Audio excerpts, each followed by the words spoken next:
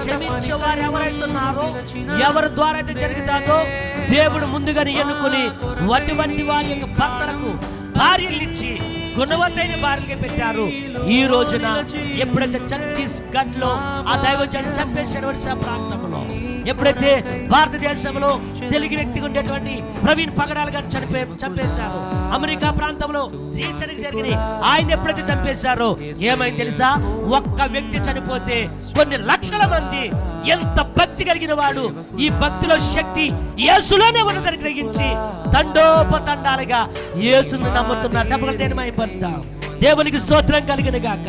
ఒక క్రైస్తవుడు, ఒక క్రీస్తుని కలిగిన వాడు, ఒక దేవుని కొరకు నిలబడగలిగిన వాడు, ఒక యెహెజ్కేల్ లాంటి వాడు, ఒక ఇర్మియా లాంటి వాడు, ఒక బలమైనటువంటి యెషయా ప్రవక్త లాంటి వారు ఈ తరములో కూడా లేపబడాలని దేవుని చేయాలి తెలుసా?